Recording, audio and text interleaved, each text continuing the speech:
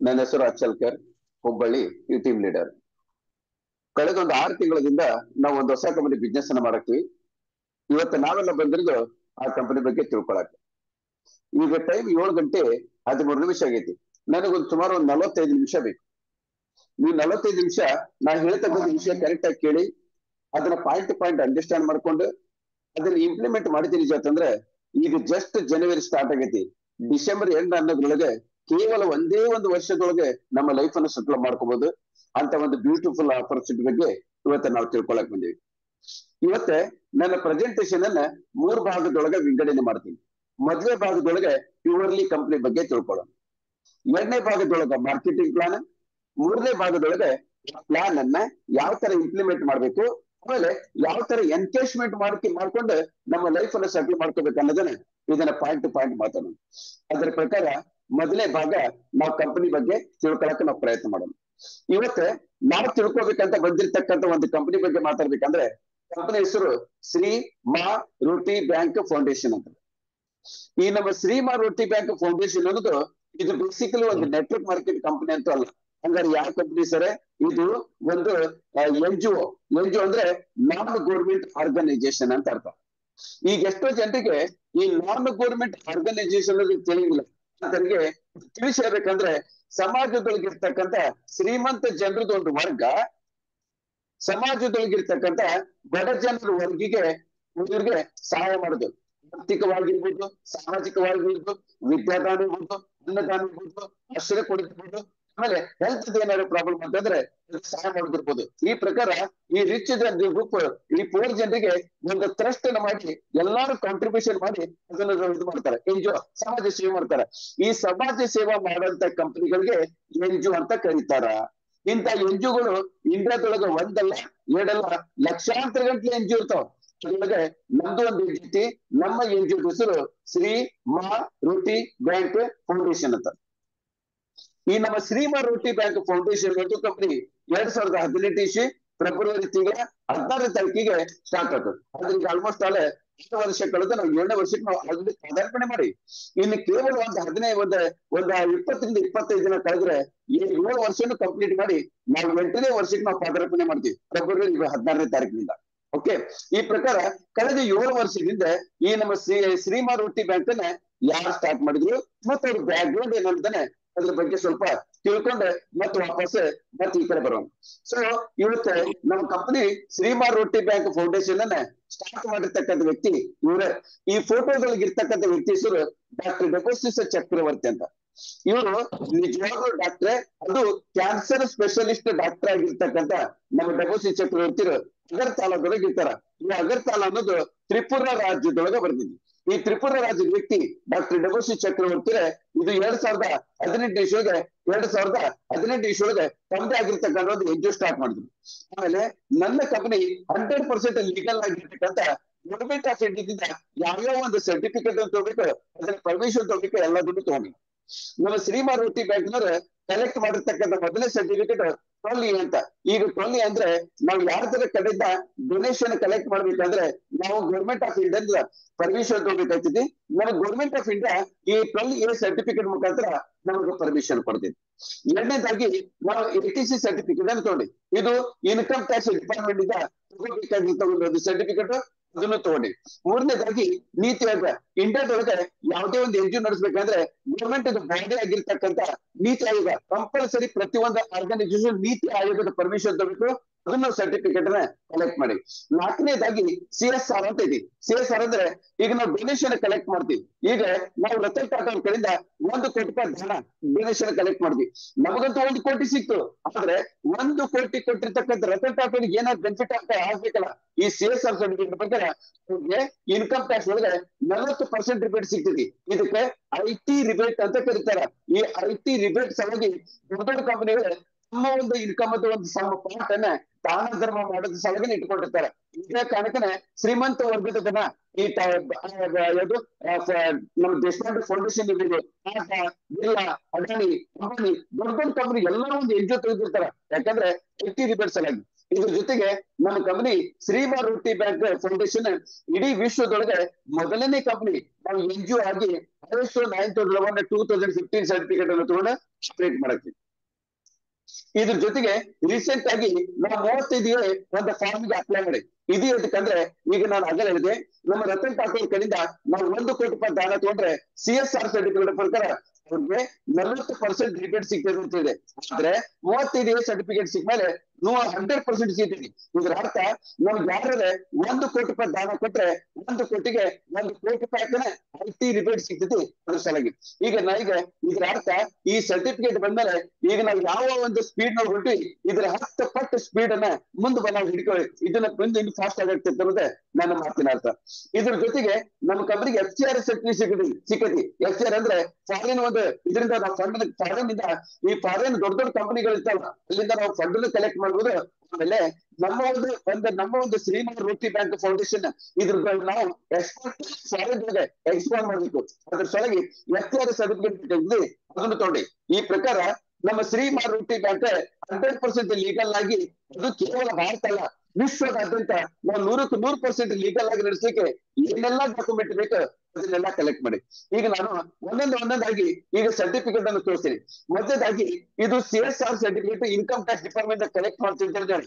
ಇದೇ ಸರ್ಟಿಫಿಕೇಟ್, ಈ ಸರ್ಟಿಫಿಕೇಟ್ ನಮ್ದು ಕಲೆಕ್ಟ್ ಮಾಡಿದ್ದು government of India, minister of finance, income tax department, ಇಲ್ಲಿ ಸಿಟಿ ಕಲ್ಕತ್ತಾ ಅಂತ ಇದೆ. ಅಂದ್ರೆ ನಮ್ಮ ಹೆಡ್ ಆಫೀಸ್ ಇರೋದು ಕಲ್ಕತ್ತಾದೊಳಗೆ. ಅದಕ್ಕೆ ನಾವು ಕಲ್ಕತ್ತಾ ಹೆಡ್ ಆಫೀಸ್ ಇಂದ ಈ ಒಂದು ಸರ್ಟಿಫಿಕೇಟ್ ಅನ್ನ ಕಲೆಕ್ಟ್ ಮಾಡಿ. ಇದ್ರ ಜೊತೆಗೆ ಈ ನಮ್ಮ ಕಂಪನಿ ರಿಜಿಸ್ಟರ್ ಮಾಡ್ಬೇಕಾದ್ರೆ, ಯಾವುದೇ ಒಂದು ಕಂಪನಿ ರಿಜಿಸ್ಟರ್ ಮಾಡ್ಬೇಕಾದ್ರೆ ಬಾಂಡ್ ಪೇಪರ್ನಾಗ ಕಂಪನಿ ನೋಂದಣಿ ಮಾಡ್ತಾರೆ, ನಮ್ಗೆ ಡೀಡ್ ಮಾಡ್ತಾರೆ.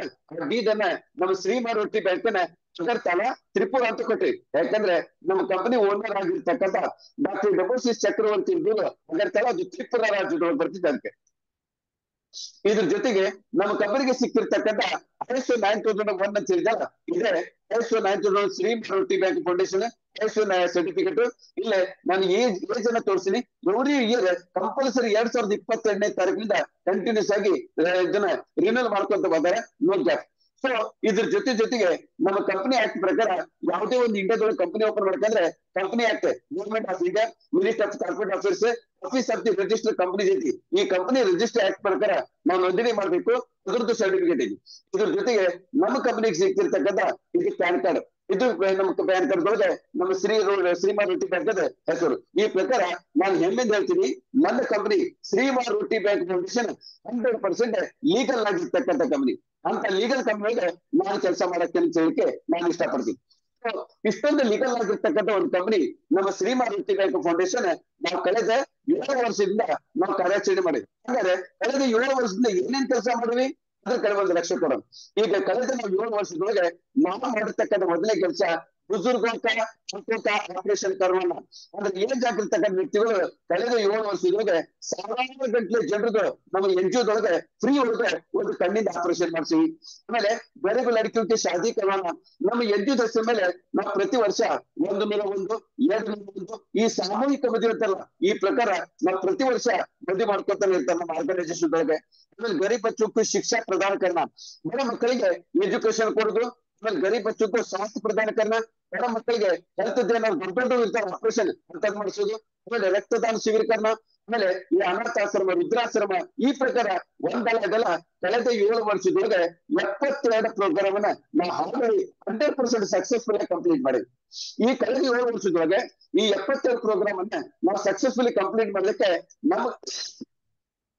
ನಮ್ಮ ಕಂಪನಿ ಓನರ್ ಡಾಕ್ಟರ್ ಡೆಬೋಸಿಸ್ ಚಕ್ರವರ್ತಿ ಒಂದು ಗೋಲ್ ಟಾರ್ಗೆಟ್, ಒಂದು ಗೋಲ್ ಇಟ್ಕೊಂಡ್ರ.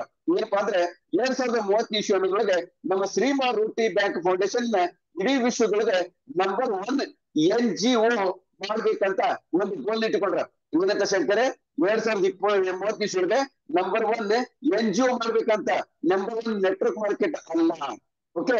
ಆಮೇಲೆ ಇನ್ನೊಂದು ತಿಳ್ಕೊಳ್ರಿ, ನಾವು 2030 ಒಳಗೆ ಇಡೀ ವಿಶ್ವದೊಳಗೆ ನಂಬರ್ 1 ಬಿಟ್ಟುಕೋಬೇಕಂದ್ರೆ ಇದು ಒಂದು ವ್ಯಕ್ತಿಯಿಂದ ಸಾಧ್ಯ ಇಲ್ಲ. ನಮ್ಮ ಒಂದು ವ್ಯಕ್ತಿ ಜೊತೆಗೆ ನಿಮ್ಮಂತ ಲಕ್ಷಾಂತರ ಗಂಟೆ ಜನ ವಾಲಂಟಿಯರ್ಸ್ ಆಗಿ ನಾವೇನ್ ಮಾಡ್ತಿದ್ವಿ, ನಿರಂತರವಾಗಿ ಕೆಲಸ ಮಾಡ್ಬೇಕಾಗ್ತದೆ. ಇನ್ನೊಂದು ಪ್ರಾಬ್ಲಮ್ ಏನಂದ್ರೆ ನಮ್ಮ ಕಂಪನಿ ಜೊತೆಗೆ ಲಕ್ಷಾಂತರ ಗಂಟೆ ಜನ ನಿರಂತರವಾಗಿ ಅದು ಫ್ರೀ ಒಳಗೆ ಕೆಲಸ ಮಾಡಿದ್ರೆ ಕೆಲವರಿಗೆ ಆಗ್ಬೋದು, ಮ್ಯಾಕ್ಸಿಮಮ್ ಜನರಿಗೆ ಆಗಂಗಿಲ್ಲ. ಯಾಕಂದ್ರೆ ನಮಗೆ ನಮ್ಮ ಫ್ಯಾಮಿಲಿ ನಡೆಸೋ ಜವಾಬ್ದಾರಿ ಇರ್ತೈತಿ. ಸೊ ಅದಕ್ಕೆ ನಮ್ಮ ಕಂಪನಿ ಜೊತೆಗೆ ಕೈ ಜೋಡಿಸಿ ಕೆಲಸ ಮಾಡ್ಲಿಕ್ಕೆ ರೆಡಿ ಇರ್ತಕ್ಕಂತ ಈ ವಾಲಂಟಿಯರ್ಸ್ಗೆ ಮತ್ತೆ ನಾವು ಪ್ರತಿ ತಿಂಗಳ ಲಕ್ಷ ಗಂಟೆ ಇನ್ಕಮ್ ಅನ್ನು ಬರಂಗ್ ಮಾಡಿದ್ರೆ ಶಂಕರ, ಲಕ್ಷ ಗಂಟೆ ಇನ್ಕಮ್ ಪ್ರತಿ ತಿಂಗಳ ಬರಂಗ್ ಮಾಡಿದ್ರೆ ನೀವು ಈ ಕಂಪನಿ ಸಾಯುವ ಮಟ್ಟ ನಾವು ನಿರಂತರವಾಗಿ ಖುಷಿಯಿಂದ ಕೆಲಸ ಮಾಡಬಹುದು. ಎಸ್ ಅಂತೀರು, ನೀವು ಅಂತೀರಿ ಶಂಕರ್ ಅವರೇ? ಯಾರಿದ್ರೆ ನಮ್ಮ ಕಂಪನಿ ಜೊತೆಗೆ ಬರ್ತಕ್ಕಂಥ ಪ್ರತಿಯೊಂದು ವ್ಯಕ್ತಿನೂ ಖುಷಿಯಿಂದ ಬರ್ಬೇಕಂದ್ರೆ ಅವ್ರಿಗೆ ಏನಾಗಬೇಕು, ಲಕ್ಷಾಂತರ ಗಂಟೆ ದುಡ್ಡು ಪ್ರತಿ ತಿಂಗಳ ಬರಂಗ್ ಮಾಡ್ಬೇಕು. ಈ ಲಕ್ಷಾಂತರ ಗಂಟೆ ದುಡ್ಡು ಪ್ರತಿ ತಿಂಗಳ ಬರಂಗ್ ಮಾಡೋದಕ್ಕೆ ನಮ್ಮ ಕಂಪನಿ ಒಂದು ಕಾನ್ಸೆಪ್ಟ್ ಅನ್ನ ಇಂಟ್ರೊಡ್ಯೂಸ್ ಮಾಡ್ರ. ಇದಕ್ಕೆ ನಾವು ಕ್ಲೌಡ್ ಫಂಡಿಂಗ್ ಅಂತ ಕರಿತೀವಿ. CF ಕ್ಲೌಡ್ ಏನಂತ CF ಅಂದ್ರೆ cloud funding. Shankara, cloud funding ಅಂದ್ರೆ ಏನು? ಕ್ಲೌಡ್ ಫಂಡಿಂಗ್ ಅಂದ್ರೆ C ಅಂದ್ರೆ ಕ್ರೌಡ್ ಅಂದ್ರೆ ಪಬ್ಲಿಕ್, F ಅಂದ್ರೆ ಫಂಡ್ ಅಂದ್ರೆ ದುಡ್ಡು. ಪಬ್ಲಿಕ್ ಅದು ದುಡ್ಡು ಪಬ್ಲಿಕ್ಗೆ ಹೋಗ್ಬೇಕು. ಒಂದ್ ವ್ಯಕ್ತಿಯಿಂದ ಮತ್ತೊಂದು ವ್ಯಕ್ತಿಗೆ ಜೀವನದೊಳಗೆ ಹೆಲ್ಪ್ ಮಾಡುದು.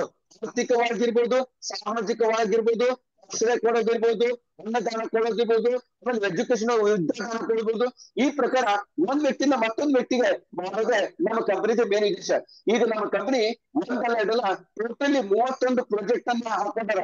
ಅದ್ರೊಳಗೆ ಈಗ ಬಹಳ ಅಂದ್ರೆ 2ರಿಂದ 3 ಪ್ರಾಜೆಕ್ಟ್ ಮಾತ್ರ ಇಂಪ್ಲಿಮೆಂಟ್ ಮಾಡಿ ಕ್ಲಿಯರ್. ಈಗ ಮತ್ತೊಂದು ಪ್ರಶ್ನೆ, ಸರ್ ನೀವು ಕ್ರೌಡ್ ಫಂಡಿಂಗ್ ಅಂತ ಹೇಳಿದ್ರಿ, ಇದ್ರಿಂದ ನಮ್ಗೆ ಲಕ್ಷಾಂತರ ಗಂಟೆ ಬರ್ತೈತಿ ಅಂತ ಹೇಳಿದ್ರ, ನಾನು ಒಂದು ಪ್ರಶ್ನೆ ಬರ್ತದೆ, ಈ ಲಕ್ಷಾಂತರ ಗಂಟೆ ದುಡ್ಡು ಹೆಂಗ ಬರ್ತಿದ್ರಿ? ಒಂದನೇ ಪ್ರಶ್ನೆ. ಮತ್ ಅದ್ರ ಸಲುವಾಗಿ ನಾವೇನ್ ಮಾಡ್ಬೇಕ್ರಿ? ಎರಡನೇ ಪ್ರಶ್ನೆ. ಕ್ಲಿಯರ್ ಐತ್ರಿ? ಆಮೇಲೆ ಈ ಕ್ರೌಡ್ ಫಂಡಿಂಗ್ ಇಂದ ನಮ್ಗೆ ನಿಜವಾಗ್ಲೂ ಹೆಲ್ಪ್ ಆಗ್ತಿದ್ದೇನ್ರಿ ಅಂತ ಯಾರು ಕೇಳ್ತಾರ? ಸರ್ ಸಿಂಪಲ್ ಆಗಿ ವಿಚಾರ ಮಾಡಿ, ಇದು ನಾವು 100% ವರ್ಕ್ ಆಗ್ತಿದ್ವಿ. ಮತ್ತೆ ಎಂತರ್ಗ್ ವರ್ಕ್ ಆಗ್ತಿದ್ವಿ? ಎಂತರ್ಗಂದ್ರೆ ಈಗ ನೋಡ್ರಿ, ಇಲ್ಲಿ ನಾವು ಸೆಂಟರ್ ನಾವಿಲ್ಲಿ ಎಲ್ಲರೂ ಬಂದೇ ಕುಂತಿಲ್ಲ, ನಾವೆಲ್ಲ ಮಿಡಲ್ ಕ್ಲಾಸ್ ಫ್ಯಾಮಿಲಿ ಬಗ್ಗೆ ಹೌದ್ರಿ. ಇಲ್ಲಿ ಯಾರು ತಪ್ಪಿ ರಿಚ್ ಕ್ಲಾಸ್ ಇಂದ ಬಂದಿರಿ, Tata family, Birla family, family, Ambani family ಅಂತೂ ನಮ್ಮ ಪ್ರೆಸೆಂಟೇಶನ್ ಕುಂತ ಯಾರು ಬರಂಗಿಲ್ಲ.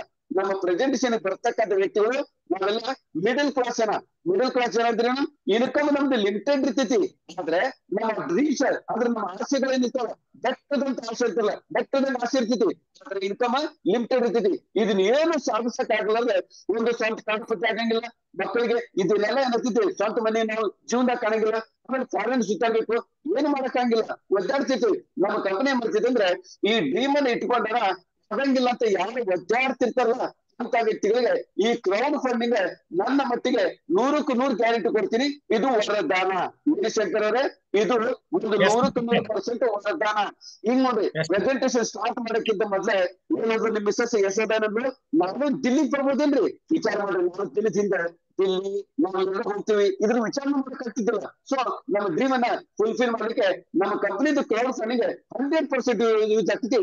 ಇದನ್ನ ನಮ್ಮ ಡ್ರೀಮ್ ಅನ್ನ ಯಾರು ಡ್ರೀಮ್ ಕಾಣ್ತೀರಿ ಅದನ್ನ ನಿಜ ರೂಪಕ್ಕೆ ಯಾರು ತಗೊಂಡು ಬರ್ಬೇಕಂತ ಮಾಡ್ರಿ, ಅಂತರ ಮಾತ್ರ ಕಂಪನಿ ನಮ್ಮ ಕಂಪನಿ ಜಾಯ್ನ್ ಆಗ್ಬೇಕು. ಕ್ಲಿಯರ್ ಆಯ್ತು? Yes sir. ಈಗ ಕೆಲವರು ಇರ್ತಾರ, ಆಸೆ ಮಾಡಬಾರ್ದು, ಆಸೆ ದುಃಖಕ್ಕೆ ಕಾರಣ, ಆಸೆದ್ದಷ್ಟು ಪಾಸ್ ಆಗ್ಬೇಕು ಅಂತ ಜನರಿಗೆ ಇಲ್ಲ ನಿಮ್ ಊರಿಗೆ ವಂಶ ಅಂತ ಇರ್ತದೆ ನೋಡ್ರಿ, ಬಿಟ್ಬಿಡ್ರಿ, ನಿಮ್ಮ ಪುಣ್ಯ ಆಗ್ತೈತಿ. ನಮಗೆ ಎಂತರ್ ಬೇಕು? ಕನಸು ಕಾಣಬೇಕು. ಕನಸನ್ನ ನಿಜ ರೂಪಕ್ಕೆ ತರ್ತಕ್ಕಂಥ ವ್ಯಕ್ತಿಗಳು ಮಾತ್ರ ಬೇಕು. ಕ್ಲಿಯರ್ ಆಯ್ತಾ? Yes sir. ಮುಂದಿನ ಪಾಯಿಂಟ್ ಏನಪ್ಪಾ ಅಂದ್ರೆ ನಿಜ ರೂಪಕ್ಕೆ ಬರೋದಂತ ಹೇಳಿದಿಲ್ಲ. ಅದು ಹೆಂಗ್ರಿ? ಈಗ ನಾನೇನ್ ಮಾಡ್ತೀನಿ ಅದ್ರ ಬಗ್ಗೆ ಹೇಳ್ತೀನಿ. ಅದ್ರ ಬಗ್ಗೆ ಹೇಳೋಕ್ಕಿಂತ ಮೊದಲೇ ಇನ್ನೊಂದು ವಿಷಯ ಹೇಳಿ ಮುಂದ್ತೀನಿ. ಮತ್ ನಮ್ಮ ಕಂಪನಿ ಒಳಗೆ ನಾವು ಫೈನಾನ್ಷಿಯಲ್ ಟ್ರಾನ್ಸಾಕ್ಷನ್ ಮಾಡ್ತೀವಿ. ಫೈನಾನ್ಷಿಯಲ್ ಅಂದ್ರೆ ದುಡ್ಡಿನ ವ್ಯವಹಾರ ಅಂತ ಹೇಳ್ತೇವೆ. ಈಗ ನಮ್ಮ ಕಂಪನಿ ಒಳಗೆ ಆಗ್ತಕ್ಕಂಥ ಫೈನಾನ್ಷಿಯಲ್ ದುಡ್ಡಿನ ವ್ಯವಹಾರ ನಾವು P2P ಪದ್ಧತಿ ಪ್ರಕಾರ ಮಾಡ್ತೀವಿ. ಯಾವ ಪದ್ಧತಿ ಶಂಕರೇ? P2P. ಸರ್ ಇನ್ನು P2P ಅಂತ ಹೇಳಿದ್ರಲ್ಲ, ಯಾಕೋ ನನಗೆ ಸರಿತಂಗ ಅರ್ಥ ಆಗ್ಲಿಲ್ಲ. ಇನ್ನು ಸ್ವಲ್ಪ ಯಾಕೆ ಬಿಡಿಸಿ ಹೇಳ್ಬಾರ್ದು? ಇದು P2P ಅಂದ್ರೆ ನಿಮ್ಗೆ ಒಂದು ಉದಾಹರಣೆ ಕೊಟ್ಟು ಹೇಳ್ತೀನಿ. ಈಗ ಇಂಡಿಯಾದೊಳಗೆ 100 ಕಂಪನಿಗಳು, ನೆಟ್ವರ್ಕ್ ಮಾರ್ಕೆಟ್ ಕಂಪನಿಗಳು ಕ್ರಿಯೇಟ್ ಮಾಡ್ತಾರೆ. ಉದಾಹರಣೆಗೆ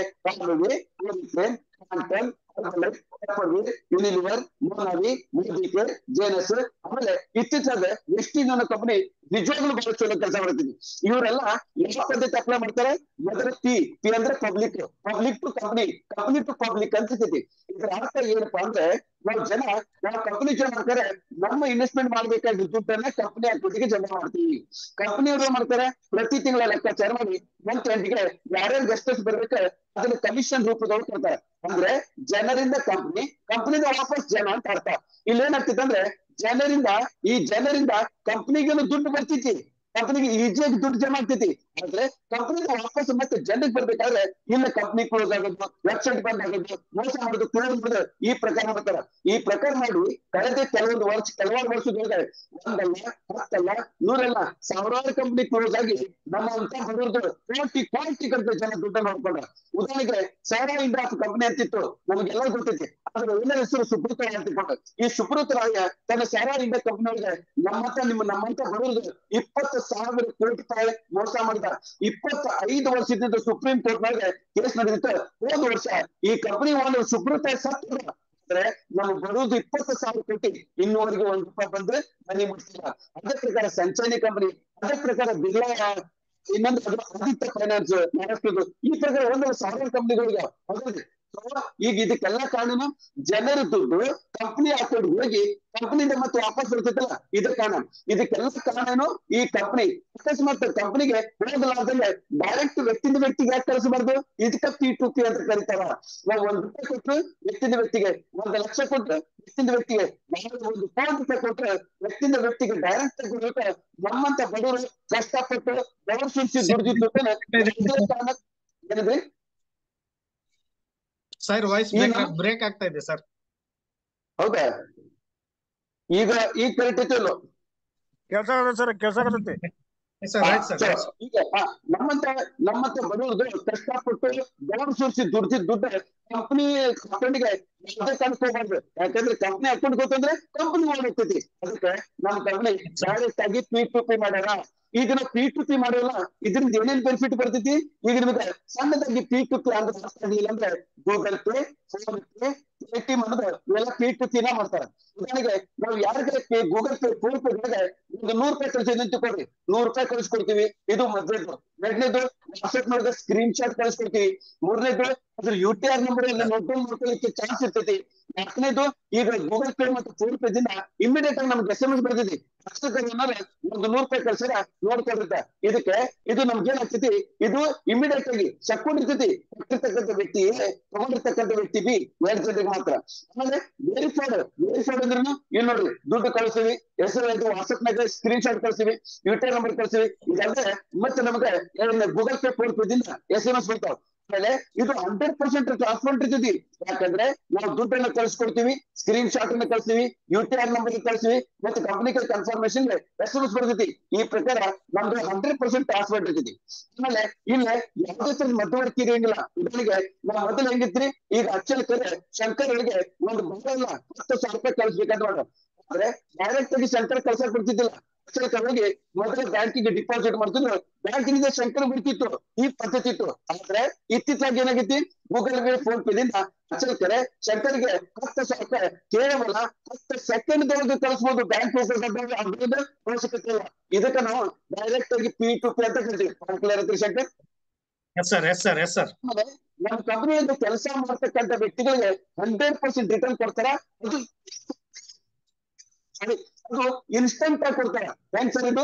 ಒಂದು ಉದಾಹರಣೆ ಕೊಡ್ತಾರೆ. 100%. ಬೇರೆ ಕಂಪನಿಗಳಿಗೆ ಏನಾಗ್ತೈತಿ, ಬೇರೆ ಕಂಪನಿ ಅಂದ್ರೆ ಈಗ ನಾನು ನಮ್ಮ ಶಂಕರ್ಗೆ ಮೋದಿ ಕೇರ್ ಕಂಪನಿ ಜಾಯಿನ್ ಮಾಡ್ತೀನಿ ಅಂತ ತಿಳ್ಕೊಳ್ಳೋಣ. ನಮ್ಮ ಶಂಕರ್ ಮೋದಿ ಕೇರ್ಗೆ ₹1,000 ಇನ್ವೆಸ್ಟ್ಮೆಂಟ್ ಮಾಡ್ತಾರೆ ಅಂತ ತಿಳ್ಕೊಳ್ಳಿ. ಈಗ ಮೋದಿ ಕೇರ್ ಕಂಪನಿ ಮತ್ತೆ ವಾಪಸ್ ಅಚ್ಚಲ್ ಕರ್ಗೆ ಕಮಿಷನ್ ಕೊಡ್ಬೇಕಲ್ಲ, ₹1,000 ಅಂತ ಕೊಡಂಗಿಲ್ಲ. ಕಂಪನಿ ಅವ್ರಿಗೆ ಅಚ್ಚಲ್ ಕರ್ 15% ಆದ್ರೆ ಅಂತ ತಿಳ್ಕೊಳ್ಳೋಣ. ಈಗ ಅಚ್ಚಲ್ ಕರ್ಗೆ ಕಂಪನಿ ಮಾಡಿದ್ರೆ ಕೇವಲ ₹150 ಕೊಡ್ಬೋದು. ಇದಕ್ಕೆ ಕಾರಣ ಶಂಕರ್ ದುಡ್ಡು ಮೊದಲು ಕಂಪನಿ ಬರ್ತಿದ್ದಿ, ಕಂಪನಿಯಿಂದ ಅಚ್ಚಲ್ ಕರ್ ಬರ್ತಿದ್ದಿ. ಇದು ಒಂದನೇ ಕಾರಣ.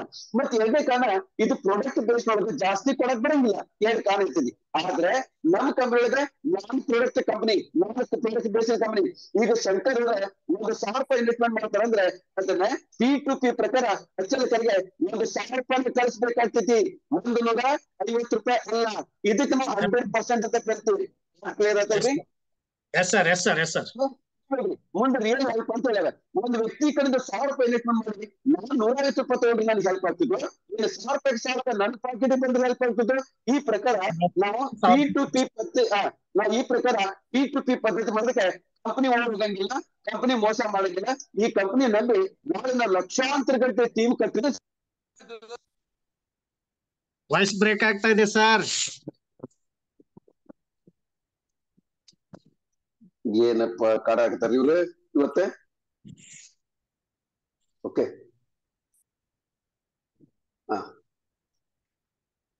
ಶಂಕರ್ ಧ್ವನಿ ಕಾಣ್ತಿದೆ? ಹಾ sir, right sir, right.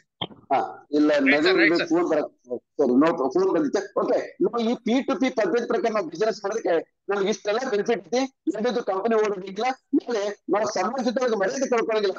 Clear ಆಯ್ತಲ್ಲ?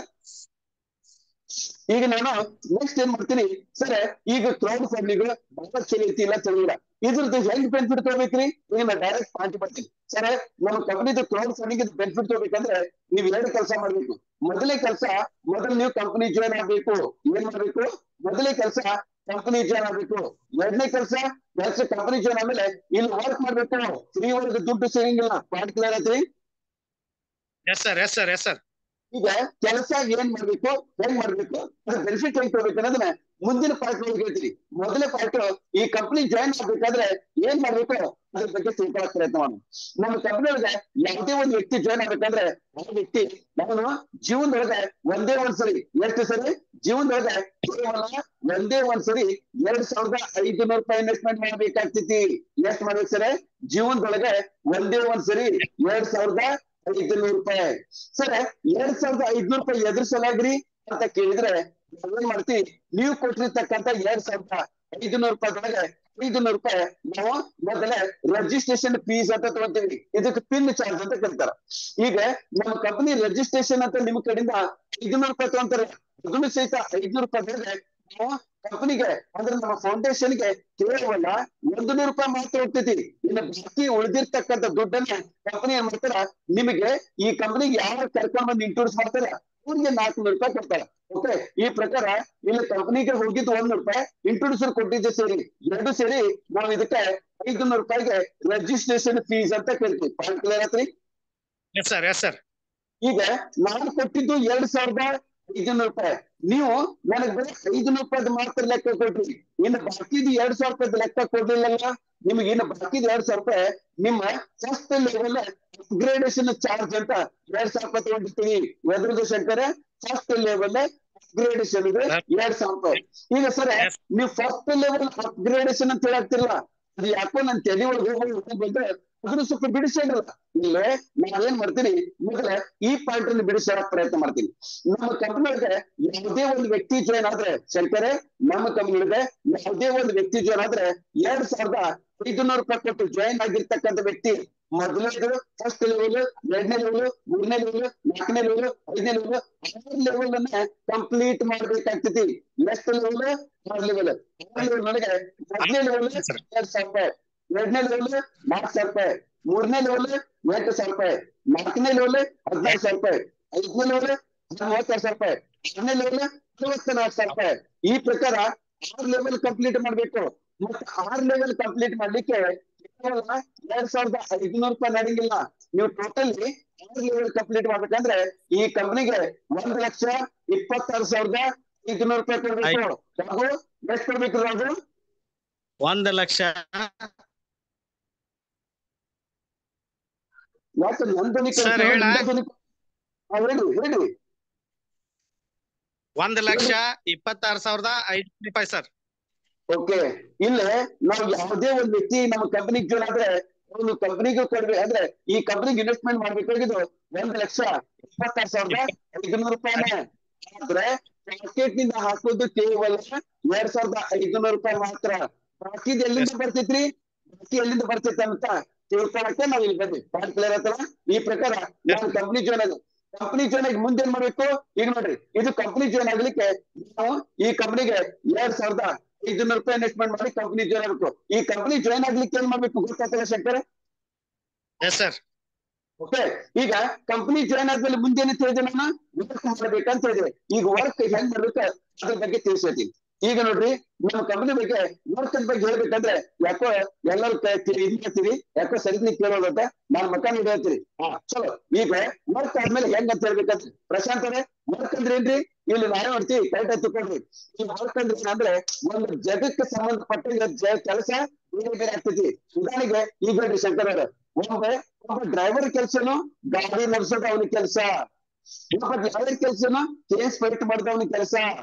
ಅದೇ ಪ್ರಕಾರ ಒಬ್ಬ ಡಾಕ್ಟರ್ ಕೆಲಸ ಪೇಷಂಟ್ ಗೆ ನೋಡುದು ಮತ್ತೆ ಆರಾಮ್ ಮಾಡಿದವನ ಕೆಲಸ.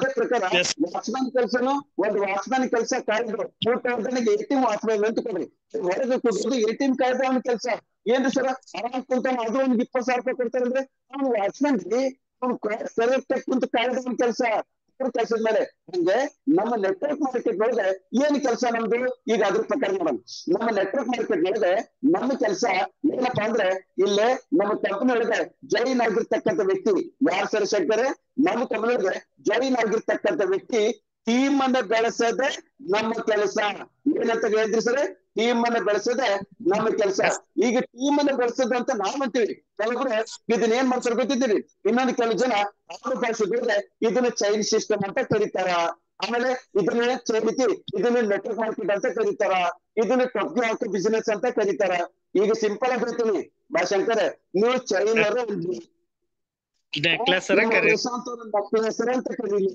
ನಮ್ಮ ಮಂಜುನಾಥ್ ಉಂಗ್ರ ಅಂತಾನೆ ಕರೀಲಿ ಕಾರುಂಗ್ರ ಅಂತ ಕರೀಲಿ ನಮಗೇನು ಫರಕ್ ಇಲ್ಲ ನಾವು ಮಾತ್ರ ಇದನ್ನ ಟೀಮ್ ಟ್ರೈನಿತಿ ಟೀಮ್ ಕಟ್ಟು ಬಿಸಿನೆಸ್ ಅಂತ ಕರಿತೀವಿ ಪಾಯಿಂಟ್ ಕ್ಲಿಯರ್ ಆತ್ರಿ ಚಲೋ ಟೀಮ್ ಕಟ್ಟೋದು ಅಂತ ಹೇಳಿದ್ರಲ್ಲ ನಮ್ಗೆ ಯಾಕೋ ಇನ್ನು ಕರೆಕ್ಟ್ ಆಗಿ ನಮ್ಗೆ ಅರ್ಥ ಆಗಿಲ್ಲ ಇನ್ನೊಂದ್ ಸ್ವಲ್ಪ ಬಿಡಿಸಿಡ್ರಲ್ಲ ಈಗ ನಾನ್ ಮಾಡ್ತೀನಿ ಟೀಮ್ ಕಟ್ಟೋದಂದ್ರೆ ಏನಪ್ಪಾ ಅಂತ ಈಗ ನಾನು ಬಿಡಿಸಿ ಹೇಳಕ್ಕೆ ಪ್ರಯತ್ನ ಮಾಡ್ತೀನಿ ಶಂಕರ್ ಈಗ ಟೀಮ್ ಕಟ್ಟೋದಂದ್ರೇನು ಈಗ ನಾನು ಕಂಪನಿ ಜಾಯ್ನ್ ಆಗ್ತಿದ್ದಪ್ಪ ಈಗ ನಾನು ಕಂಪನಿ ಜಾಯ್ನ್ ಆಗಿ ನಾನು ಈ ಕಂಪನಿಗೆ 2 ಜನರಿಗೆ ನಾನು ಮೊದಲು ಮೆಂಬರ್ ಆಗ್ತೀನಿ ಮೆಂಬರ್ ಆಗಿ ನಾನು 2 ಜನ ಮೆಂಬರ್ ಮಾಡ್ತೀನಿ ಈಗ ನಾನೇ 2 ಜನ ಮೆಂಬರ್ ಮಾಡ್ತೀನಲ್ಲ ಇದಕ್ಕೆ ಫಸ್ಟ್ ಲೆವೆಲ್ ಅಂತ ಕರೀತಾರೆ ಇದಕ್ಕೆ ನಾನೇ 2 ಜನ ಮೆಂಬರ್ ಮಾಡ್ತೀನಿ ಇದಕ್ಕೆ ಫಸ್ಟ್ ಲೆವೆಲ್ ಅಂತ ಕರಿತೀವಿ ಮುಂದೆ ಏನಾಗ್ತೈತಿ ಈಗ ನಾನೇನ್ ಇಂಟ್ರೊಡ್ಯೂಸ್ ಮಾಡಿ 2 ಜನ ಇವ್ರು 2 4 ಜನ ಮಾಡ್ತಾರೆ ಇದಕ್ಕೆ ನಾವು ಸೆಕೆಂಡ್ ಲೆವೆಲ್ ಅಂತ ಕರಿತೀವಿ ಈ 4 ಜನ ಸೇರಿ 2 ಅಂದ್ರೆ 8 ಜನ ಮಾಡ್ತಾರೆ ಇದಕ್ಕೆ 3ನೇ ಲೆವೆಲ್ ಅಂತ ಕರಿತೀವಿ ಇಲ್ಲಿ 8 ಜನ ಸೇರಿ 2 ಜನ ಮಾಡ್ತಾರೆ ಇದಕ್ಕೆ 16 ಜನ ಇದಕ್ಕೆ ನಾವು 4ನೇ ಲೆವೆಲ್ ಅಂತ ಕರಿತೀವಿ ಈ 16 ಜನ ಸೇರಿ 32 ಜನ ಮಾಡ್ತಾರೆ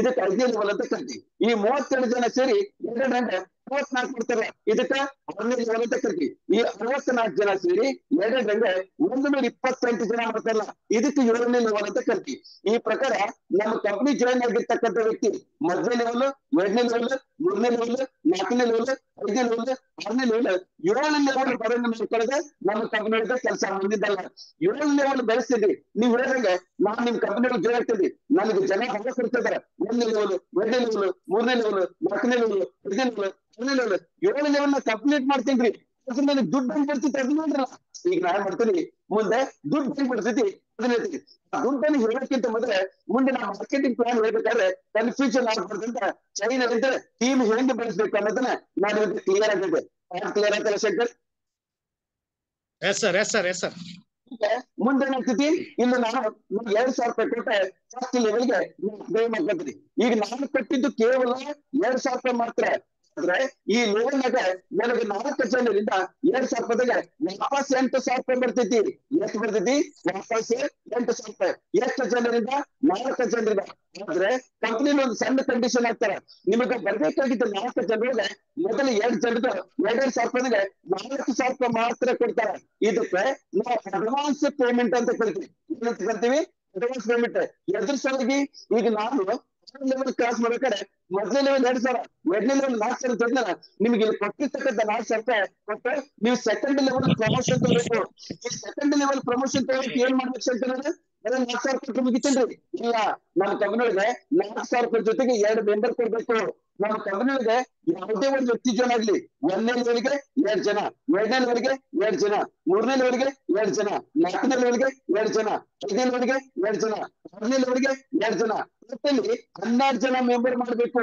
ಕ್ಲಿಯರ್ ಆಯ್ತು ಎಸ್ ಸರ್ ಪ್ರಕಾರ ನಾನು 4,000 ರೂಪಾಯಿ ಪ್ಲಸ್ 2 ಜನ ಕೊಟ್ಟೆ 2ನೇ ಪ್ರಮೋಷನ್ ತಗೊಂಡೆ ನಾನು 2ನೇ ಪ್ರಮೋಷನ್ ತಗೊಂಡ್ರೆ ಮಾತ್ರ ನನ್ನ ಮೊದಲೇ ಪ್ರಮೋಷನ್ಗೆ ಬಾಕಿ ದುಡ್ಡನ್ನು ಕೊಡ್ತಾನ ಅಂದ್ರೆ 4 ಜನರಿಗೆ 2 ದುಡ್ಡು ಕೊಟ್ಟಿದ್ದ ಇನ್ನು ನಾನು 2ನೇ ಪ್ರಮೋಷನ್ ಮಾಡ್ಕೊಂಡ ತಕ್ಷಣ ಮೊದಲೇ ಇನ್ನು ಬಾಕಿ ಉಳಿದಿರ್ತಕ್ಕಂಥ 4 ಜನ ಇದಕ್ಕೆ ನಾವು ಬ್ಯಾಲೆನ್ಸ್ ಕ್ಲಿಯರ್ ಮಾಡೋದು ಅಂತ ಕರಿತೀವಿ ಮೊದಲೇ ನಮ್ಮ ಹಳೆ ಬ್ಯಾಲೆನ್ಸ್ ಅಲ್ಲಿ ಕ್ಲಿಯರ್ ಮಾಡ್ತಾರೆ ಕ್ಲಿಯರ್ ಆಗ್ತದ್ರಿ ಎಸ್ ಸರ್ ಮೊದಲೇ ಕ್ಲಿಯರ್ ಆದ್ಮೇಲೆ ಮುಂದೇನ್ ಮಾಡ್ತಾನೆ 2ನೇ ಪೇಮೆಂಟ್ ಅನ್ನು ಕೊಡಕ್ಕೆ ತಯಾರಿ ಮಾಡ್ಕೊಂತಾನ ಈಗ 2ನೇ ಪೇಮೆಂಟ್ ಏನು ನಾನು 4,000 ರೂಪಾಯಿ ಕೊಟ್ಟು ಸೆಕೆಂಡ್ ಪ್ರಮೋಷನ್ ತಗೊಂಡಿನಿ ಇಲ್ಲ ನಾನು ಕಟ್ಟಿದ್ದು 4,000 ರೂಪಾಯಿ ಒಬ್ಬನಿಗೆ ಅಂದ್ರೆ ನನಗೆ 8 ಜನರಿಂದ 8 ಹಾಕಲೆ 32,000 ರೂಪಾಯಿ ಬರ್ತೈತಿ ಈ 32,000 ರೂಪಾಯಿ ಕಂಪನಿ ಕೊಡ್ತಿದ್ದೀನ್ರಿ ಇಲ್ಲ 8 ಜನ 4,000 ರೂಪಾಯಿ 8 ಜನರಿಗೆ ನಾನು ಹಾಕೊಂಡು ಹೋಗ್ತಾರೆ ಈ ಪ್ರಕಾರ ಕಂಪನಿ ಏನ್ ಮಾಡ್ತೈತೆ ಅಂದ್ರೆ ಮತ್ತೆ ಎರಡು ಜನರದು 4,00,000 ರೂಪಾಯಿಗೆ 2 ಲಿಂಕ್ ಅನ್ನ ಮಾತ್ರ ಕಳ್ಸಿದ್ರೆ 8,000 ರೂಪಾಯಿ ಬರೆಗೆ ಮಾಡ್ತಾರೆ. ನಾನೇನ್ ಮಾಡ್ಬೇಕು, ಈ ಕಂಪನಿ ಕೊಟ್ಟಿರ್ತಕ್ಕಂಥ 8,000 ರೂಪಾಯಿ ಪ್ಲಸ್ ಇದ್ರ ಜೊತೆಗೆ 2 ಮೆಂಬರ್. ಇಲ್ಲ ಸರ್ ನಾವು ಮೊದ್ಲೇ ಮೆಂಬರ್ ಮಾಡಿದ್ರೆ, ನೀವು ಮೊದ್ಲೇ ಮೆಂಬರ್ ಮಾಡಿದ್ರೆ ಇಲ್ಲ ಮತ್ತೆ ಮಾಡಿದ ಅವಶ್ಯಕತೆ ಇಲ್ಲ, ಇಲ್ಲಾಂದ್ರೆ ಈಗ ಮಾಡ್ಬೇಕಾಗ್ತದೆ. ಈ ಪ್ರಕಾರ ನೀವು ಕಂಪನಿ ಕೊಟ್ಟಿರ್ತಕ್ಕಂಥ 8,000 ರೂಪಾಯಿ ಕೊಟ್ಟೆ, ಅದ್ರ ಜೊತೆಗೆ 2 ಮೆಂಬರ್ ಕೊಟ್ಟೆ, ನೀವು 3ನೇ ಲೆವೆಲ್ ನ ಪ್ರಮೋಷನ್ ತಗೋಬೇಕು. ನೀವು 3ನೇ ಪ್ರಮೋಷನ್ ತಗೊಂಡಾಗ ನಮ್ಮ ಕಂಪನಿ ಏನ್ ಮಾಡ್ತಾರೆ, ಮೊದಲೇ 2ನೇ ಲೆವೆಲ್ ಬ್ಯಾಲೆನ್ಸ್ ಪೇಮೆಂಟ್ ಅನ್ನ ಕ್ಲಿಯರ್ ಮಾಡ್ತಾರೆ. 2ನೇ ಲೆವೆಲ್ಗೆ ನನಗೆ ಟೋಟಲಿ 8 ಜನರಿಂದ ಬರ್ಬೇಕಾಗಿತ್ತು, 2 ಜನ ಕೊಟ್ಟಾರ. ಇನ್ನು 4 ಜನರು 24,00,000 ರೂಪಾಯಿ ಪೆಂಡಿಂಗ್ ಇಟ್ಟಿದ್ರಲ್ಲ, ಮೊದಲೇ ಈ ಪೇಮೆಂಟ್ ಅನ್ನ ಕ್ಲಿಯರ್ ಮಾಡ್ತಾರ. ಪಾಯಿಂಟ್ ಕ್ಲಿಯರ್ ಆಯ್ತ್ರಿ? S sir, yes sir. ಈಗ ಈ ಪ್ರಕಾರ ನನಗೆ ಏನಾಯ್ತು, ನನಗೆ ಫಸ್ಟ್ ಲೆವೆಲ್ ಕಂಪ್ಲೀಟ್ ಆಯ್ತು, ಸೆಕೆಂಡ್ ಲೆವೆಲ್ ಕಂಪ್ಲೀಟ್ ಆಯ್ತು. ಈಗ 3ನೇ ಲೆವೆಲ್ ಮಾತಾಡು. ಈಗ 3ನೇ ಲೆವೆಲ್ಗೆ ನಾನು ಕೊಟ್ಟಿದ್ದು ಕೇವಲ 8,000 ರೂಪಾಯಿ ಮಾತ್ರ. ಅಂದ್ರೆ ನನಗೆ ವಾಪಸ್ 16 ಜನರಿಂದ 8,000 ರೂಪಾಯಿದಂಗೆ ಇಲ್ಲಿ 1,28,000 ರೂಪಾಯಿ ಬರ್ತೈತಿ. ಎಷ್ಟು ಜನರಿಂದ? 16 ಜನರಿಂದ.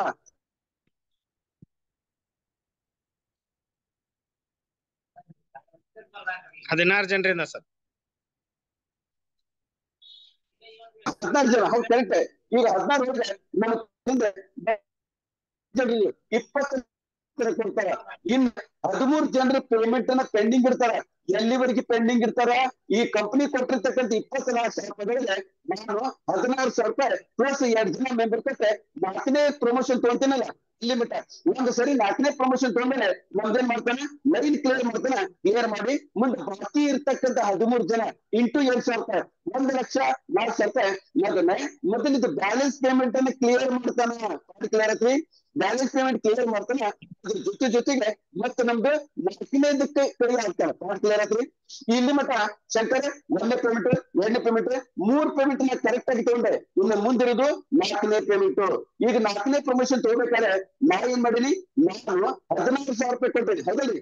ನನಗೆ ವಾಪಸ್ 32 ಜನರಿಂದ 16,000 ರೂಪಾಯಿಗೆ 5,12,000 ರೂಪಾಯಿ ಟೋಟಲಿ ರೊಕ್ಕ ಬರ್ಬೇಕು. ಅಂದ್ರೆ ಎಷ್ಟು ಜನರಿಂದ? 32 ಜನ. ಕಂಪನಿ ಸ್ಟಾರ್ಟಿಂಗ್ ಒಳಗೆ ಬರೀ 2 ಜನರಿಂದ ಮಾತ್ರ ಪೇಮೆಂಟ್ ಕೊಡ್ತೈತಿ. 16,000 ರೂಪಾಯಿಗೆ 2 ಜನದ 33,000 ರೂಪಾಯಿ ಕೊಡ್ತೈತಿ. ನಾನೇನ್ ಮಾಡ್ಬೇಕು, ಈ ಕಂಪನಿ ಕೊಟ್ಟಿರ್ತಕ್ಕ ವಾಯ್ಸ್ ಬ್ರೇಕ್ ಆಯ್ತು ಸರ್. ಮತ್ತೆ ನಾನು 2 ಇಲ್ಲ ಒಂದು ಕ್ಲಿಯರ್ ಐತ್ರಿ, ಬಾಕಿದವರಿಗೆ ಕ್ಲಿಯರ್ ಕೇಳ್ತೈತಿ. ಯಾರಿದ್ರಿ ಕ್ಲಿಯರ್ ಕೇಳ್ತೈತಿ? ಮಂಜು ಇಲ್ಲ ಸರ್. ಒಂದು ನಿಮಿಷ ನಾನು ಚೆಕ್ ಮಾಡಿಬಿಡ್ತೀನಿ. ಯಾಕಂದ್ರೆ ಇಲ್ಲಿ ನಾನು ಯಾರ್ಯಾರಿಗೂ ಪೋಸ್ಟ್ ಮಾಡಿರ್ತೀನಿ ನೋಡಿ, ಟೆಕ್ನಾಲಜಿ ಯಾರ ಫೋನ್ ಬಂತು ಇದು ಬಂತು ಅಂತ ಡಿಸ್ಕನೆಕ್ಟ್ ಆಗಿ ಮತ್ತೆ ವಾಪಸ್ ಇರ್ತಾರೆ. ರಾಘು ಏನೇನೆ ಅದನ್ನ ರಾಘು ಮಾತಾಡ್ತಾ ಇಲ್ಲ. ಆಮೇಲೆ ಮತ್ತೆ ಯಾರು ಇಲ್ಲ, ಮಂಜು ಮೈಕ್ ಆನ್ ಮಾಡ್ಕೊಳ್ಪ, ನೀ ಕರೆಕ್ಟ್ ಆಗಿರ್ಬೇಕು, ಈ ಕಡೆ ಲಕ್ಷ ಇರ್ಬೇಕು. ನಾನು ಯಾವ್ದು ಹೇಳ್ತೀನಿ ಅವಾಗ ಮೈಕ್ ಆನ್ ಮಾಡ್ಕೋಬೇಕು. Voice break ಆಗಂತೈತಿ. ಹಾ, ಈ ಪ್ರಕಾರ ತೋರಿಸ್ಬೇಕು. ಇಲ್ಲಿ ಏನೋ ಇವತ್ತಿನ ನೆಟ್ವರ್ಕ್ ಇಶ್ಯೂ ಇತ್ತು ಕಾಣಿಸ್ತೈತ್ರಿಪ್ಪ. ಈಗ ಕೇಳ್ತಿಲ್ಲ. ಹಾ, ನೀವು ಇಮಿಡಿಯೇಟ್ ನನಗೆ ಹೇಳ್ಬೇಕು. ಯಾಕಂದ್ರೆ ಹೋಗ್ಬಿಟ್ಟು ಬಿಟ್ಟು ಯಾವಾಗ 2 ದಿನ ಹೇಳಿದ್ರೆ ಈಗ ನಮ್ಗೆ ಯಾರು ಶಂಕರ್ ಹೇಳ್ತಾರೆ, ಇನ್ನೊಂದ್ಸರಿ ಶಂಕರ್ದ ಪ್ರಾಬ್ಲಮ್ ಇರ್ಬೇಕಲ್ಲ, ಹಂಗಂತ ತಿಳ್ಕೊಂಡಿರ್ತೀವಿ. ಕರೆಕ್ಟ್ ಆಗಿ ಸರ್ ಮುಂದೆ ಹೋಗೋಣ. ಈಗ ಎಲ್ಲಿ ಬಂತು? 4ನೇ ಲೆವೆಲ್.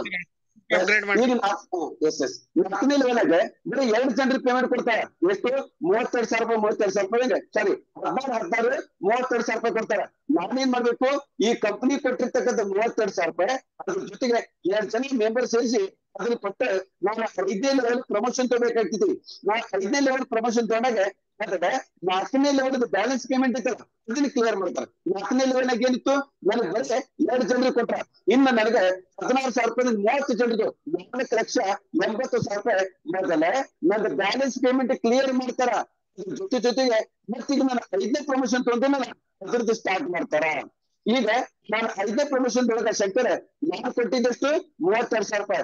ನಾನು ಕೊಟ್ಟಿದ್ದು ಒಂದ್ ವ್ಯಕ್ತಿ ಹೋಗ್ತಿದ್ದೆ. ನನಗೆ ಇಲ್ಲಿ 64 ಜನರಿಂದ ಎಷ್ಟು ಜನ?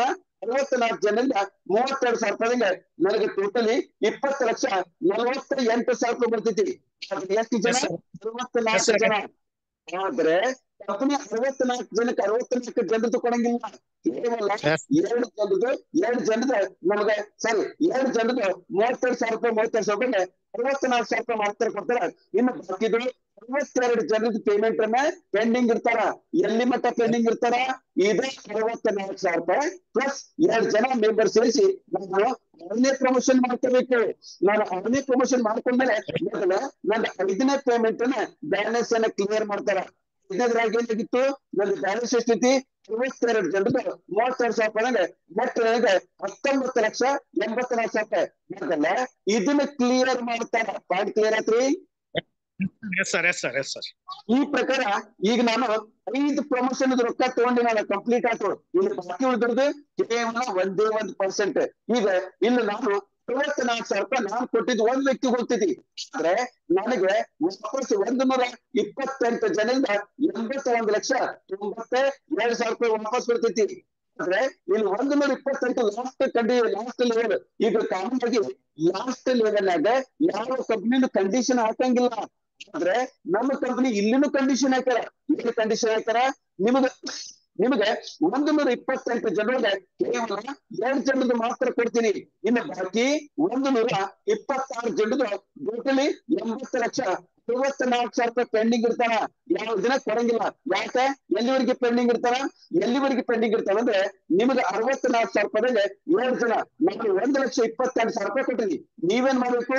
ವಾಪಸ್ 1,28,000 ಬೇಡ, ಅದ್ರೊಳಗೆ ಕೇವಲ 2,000 ರೂಪಾಯಿ ಕೊಟ್ಟೆ. ಎಷ್ಟು ಕೊಟ್ಟು? ಕೇವಲ 2,000 ರೂಪಾಯಿ ಕೊಟ್ಟೆ. ಮತ್ತೆ ವಾಪಸ್ ರೀಜಾಯಿನ್ ಮಾಡ್ಬೇಕು. ಏನ್ ಮಾಡ್ಬೇಕು? ವಾಪಸ್ ರೀಜಾಯಿನ್ ಮಾಡ್ಬೇಕು. ಈ ರೀಜಾಯಿನ್ ಮಾಡಿ ಕಟ್ಟಿ ಮುಂದಿರ್ತೀನಿ. ಈ ಪ್ರಕಾರ ನಾನು 2,500 ರೂಪಾಯಿ ಇನ್ವೆಸ್ಟ್ಮೆಂಟ್ ಮಾಡಿದೆ. ಏನ್ ಮಾಡಿದ್ರೆ? ಮೊದಲನೇ ಕೆಲಸ 2,500 ರೂಪಾಯಿ ಇನ್ವೆಸ್ಟ್ಮೆಂಟ್ ಮಾಡಿದೆ. 2ನೇ ಕೆಲಸ ನಾನು ಈ ಕಂಪನಿಗೆ 1 ಲೆವೆಲ್ಗೆ 2 ಜನರಿಗೆ 6 ಲೆವೆಲ್ಗೆ 12 ಜನ ಮೆಂಬರ್ ಮಾಡಿದ್ವಿ. ಇದು 2ನೇ ಕೆಲಸ. ಕ್ಲಿಯರ್ ಆತ್ರಿ? ಮತ್ತೆ 3ನೇ ಕೆಲಸ ಏನು? 1 ಲೆವೆಲ್, 2ನೇ ಲೆವೆಲ್, 3ನೇ ಲೆವೆಲ್. ಈ ಪ್ರಕಾರ 7 ಲೆವೆಲ್ಗೆ ಟೋಟಲಿ 128 ಜನ ಬರಂಗ್ ನೋಡ್ಕೊಂಡ್ರೆ ಇದು 3ನೇ ಕೆಲಸ. ಈ ನೋಡ್ರಿ, ನಾನು ಕೇವಲ 1ನೇದು 2,500 ರೂಪಾಯಿ, 2ನೇ ಕೆಲಸ 12 ಜನ ಮೆಂಬರ್, 3ನೇ ಕೆಲಸ 7 ಲೆವೆಲ್ ಬರಂಗ್ ಮಾಡಿದ್ರೆ ನನಗೆ ಟೋಟಲ್ ಇನ್ಕಮ್ ಎಷ್ಟು ಬಂತು?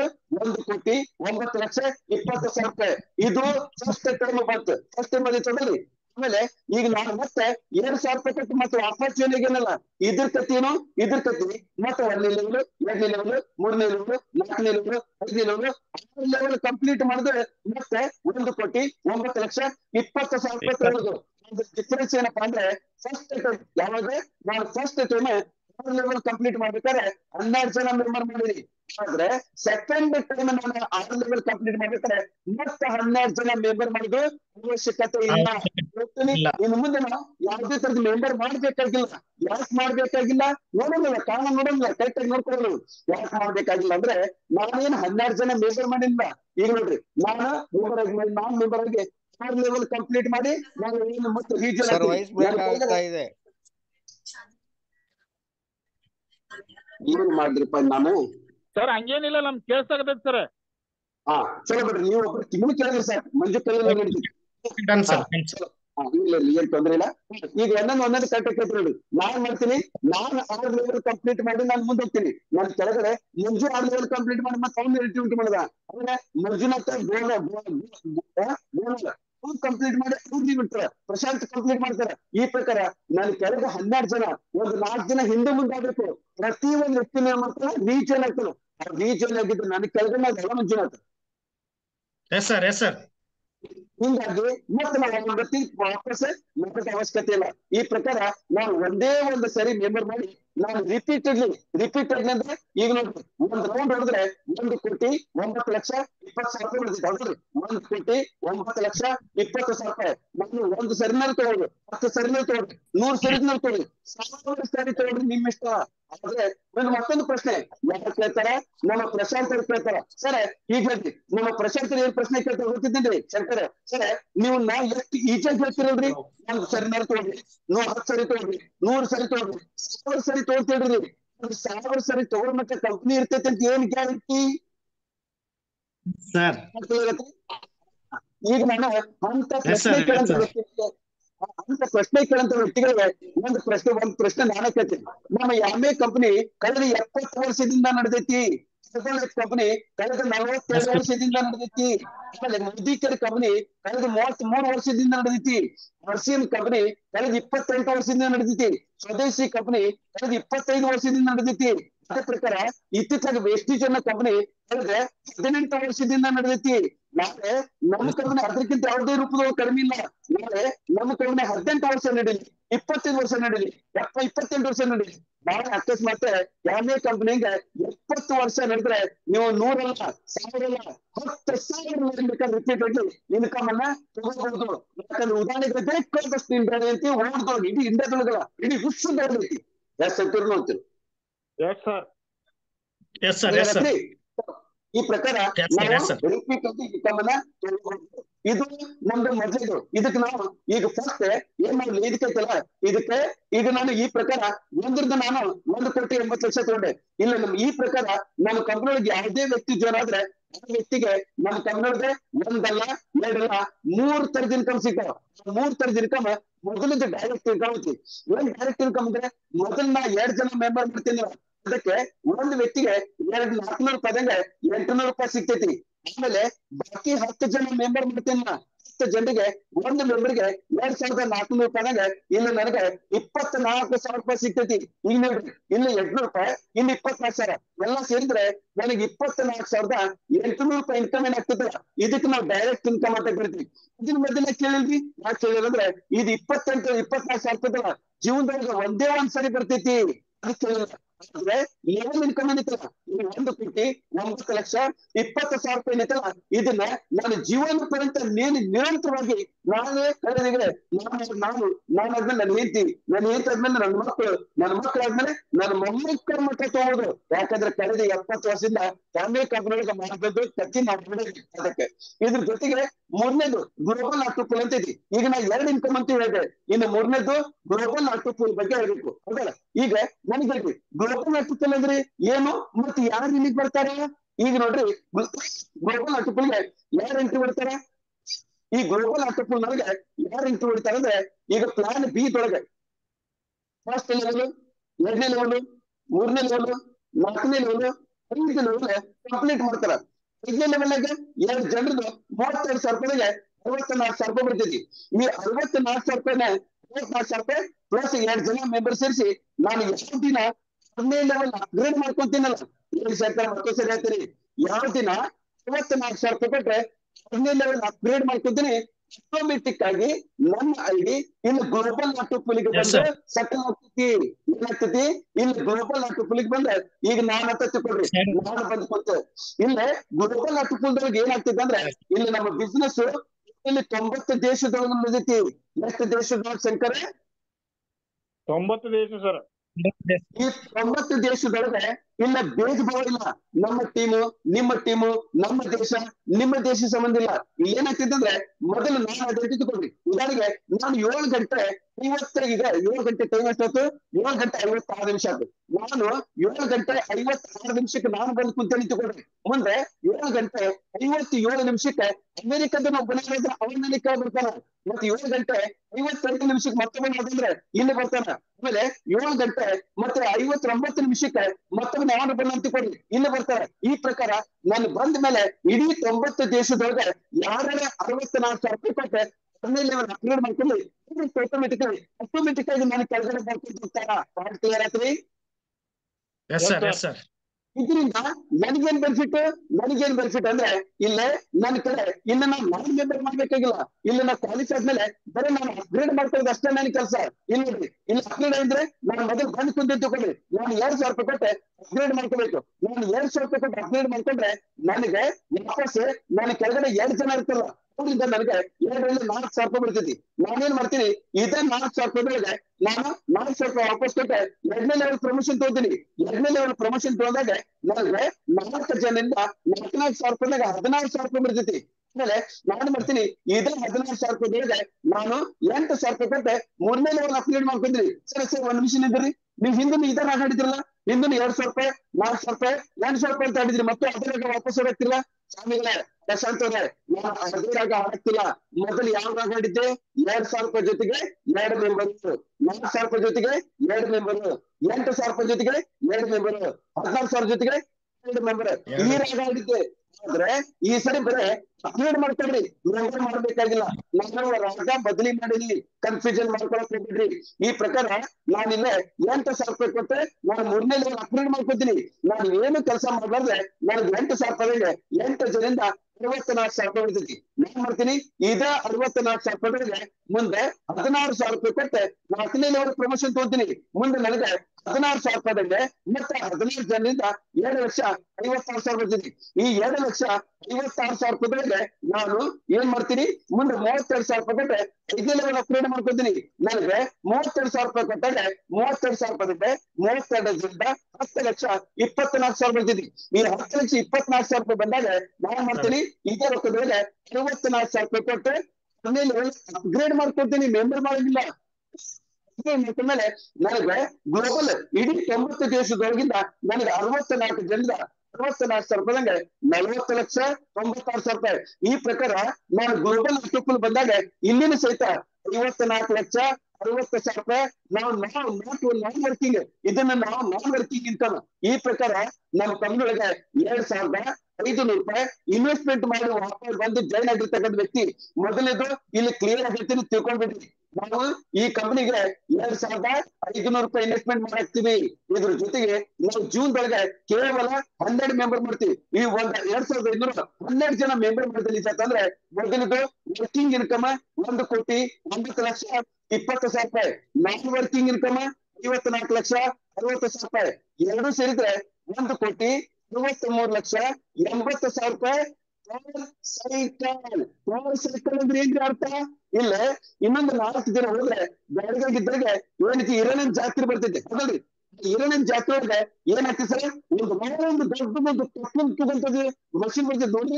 ಏನ್ ಮಾಡ್ತೀವಿ ನಾವು ಏನೈತಿ ಏನ ಪೇಮೆಂಟ್ ಕೊಡ್ತೀನಿ, ಕತ್ತಲ್ ಹಾಕ್ತೀನಿ. ಅವ್ನು ಕತ್ತಲೆ ಮಾಡ್ತಾನ ಗಳಿಸ್ಕೊಂಡು ಚೆನ್ನಾಗಿ ಗಳಿಸ್ತಾನ. ಅಂದ್ರೆ ನಾನು 2,500 ಕಟ್ಟೆ ಕತ್ತಲೆ ಹಾಕೊಂಡಿರ್ತೀನಿ. ವರ್ಕಿಂಗ್ ಇನ್ಕಮ್ ಪ್ಲಸ್ ನಾನ್ ವರ್ಕಿಂಗ್ ಇನ್ಕಮ್ ಬರ್ತೀನಿ. 1,60,80,000 ರೂಪಾಯಿ ಕೊಡ್ತೀನಿ. ಅದರಲ್ಲಿ ಮತ್ತೆ ನಾನ್ ಮಾಡ್ತೀನಿ ವರ್ಕಿಂಗ್ ಇನ್ಕಮ್ 2,000, ನಾನ್ ವರ್ಕಿಂಗ್ ಇನ್ಕಮ್ 2,000, 4,000 ರೂಪಾಯಿ ಕೊಡ್ತೀನಿ. ಮತ್ತೆ ಹಿಡಿದ್ರೆ 2 ತಗೊಂಡ್ರೆ ಮತ್ತೆ 1 ಕೋಟಿ. ಈ ಪ್ರಕಾರ 1 ಸರಿ 10 ಸರಿ 100 ಸರಿ ಸರಿ ಅಂತಂದ್ರೆ 1.5 ಕೋಟಿ 1.5 ಕೋಟಿ ಒಂದಡಿಗೆ. ನಮ್ಮ ಶಂಕರ್ ಮಿತ್ರರು ಎಷ್ಟು ವಿಚಿತ್ರ ಮನುಷ್ಯ ಅಂದ್ರೆ ತಂದೊಂದು ಹಾಕಿರ್ತೀನಿ, ತನ್ನ ಹೆಂಡತಿ ಯಶೋಧಂಗ ಹಾಕಿರ್ತೀನಿ, ಮಗಂದು ಸಮರ್ಥ ಇದ್ರು. ಆಮೇಲೆ ಸಮರ್ಥ ಆದ್ಮೇಲೆ ಯಾರು ಮಕ್ಕಳ ಸೇರಿದ್ರೆ ಸಮರ್ಥ ಇಲ್ಲ ಬನ್ನಿಸ್ತಾರೆ. ಸಮರ್ಥ ತೇಜಸ್ವಿನಿದು ಒಂದು ಮಾತ್ರ 5 ಮಾಡ್ಯಾರ. ನಾಳೆ ರೊಕ್ಕ ಎಲ್ಲಿ ಇಡ್ತಾರೆ ನನಗಂತೂ ಗೊತ್ತಿಲ್ಲ, ಬರೋದು ಮಾತ್ರ ಸತ್ಯ. Thank you sir. ನನ್ನ ಮಾತನ್ನ ನನ್ನ ಪ್ರೆಸೆಂಟೇಷನ್ ಮುಗಿಸ್ಬಿಡ್ತೀನಿ. ನನ್ನ